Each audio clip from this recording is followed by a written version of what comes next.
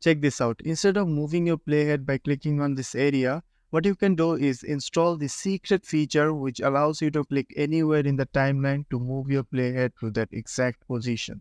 You can click on the clips, the audio clips, everywhere it works. You also have the ability to drag and move the clips as normal. And if you hold the clip, then you will be able to move the playhead with your mouse. Now you might be thinking how I am doing this. Well, I'm using a Autohotkey script made by Davinci, which is just amazing. On his video, he explained how the script works, so make sure to check that video out. So basically how it works, if I click on it, you can see it goes to the top area, clicks on it and comes back to the original position. Now to set this up, all you need to keep in mind two very simple things. First is this icon. I have a screenshot of this icon on the script, which allows the script to locate this icon and move the mouse to that icon vertically. So basically, whenever you click anywhere, it will come to this position. But we don't want our mouse to go there. We want it to click somewhere here. So to do that, we're going to use an offset value. Now this offset value will be different for everyone depending on your resolution of your monitor. But before I show you that, let's download Autohotkey. So just click on the download and make sure to download version 1.1. Don't download version 2 because version 2 is a completely different language. So it won't work with version 2. So download the version 1.1. I already have downloaded and installed it. So let's move on to the next step. Now you can go to the timeline, click GitHub page to download the files from there. In that case, you have to watch his setup tour, link in the description. Alternatively, you can download it my version from my Patreon. If you download my modified version, then just unzip it and you will find this folder. And in this folder, just click on this Autohotkey. Make sure you install Autohotkey first. And then if you open Resolve, it should start working. And if it doesn't work, then it's because the offset value and the image I told you about. So first check the Autohotkey is running. Make sure to check inside this icon. And if it still doesn't work, then take a screenshot of this icon. Then open the image folder from the script folder. Now if you are using Resolve 19, then copy the name of Resolve 19. I'm going to copy Resolve 18. And then paste it on the screenshot I just took.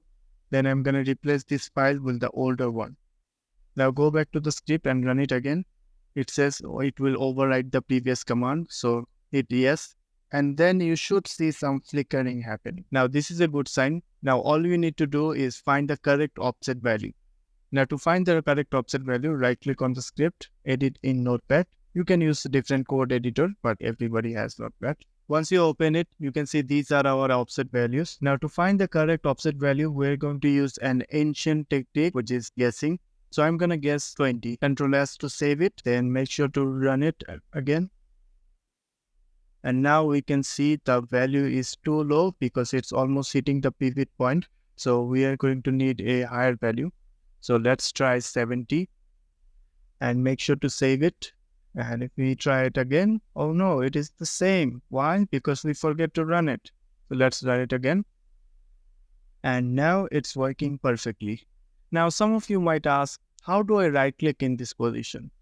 Well, it's very easy. Just hold Control key or Shift key or Alt key. Just hold one of them and then try to right click and it will right click. Alternatively, you can go to the system tray and right click on the auto subs. Oh, by the way, you need to minimize Davinci Resolve. Then right click and hit exit. It will turn off the script and you will be able to use your right click as normal. Now, if you want, you can use it to cut your clips or trim it like this.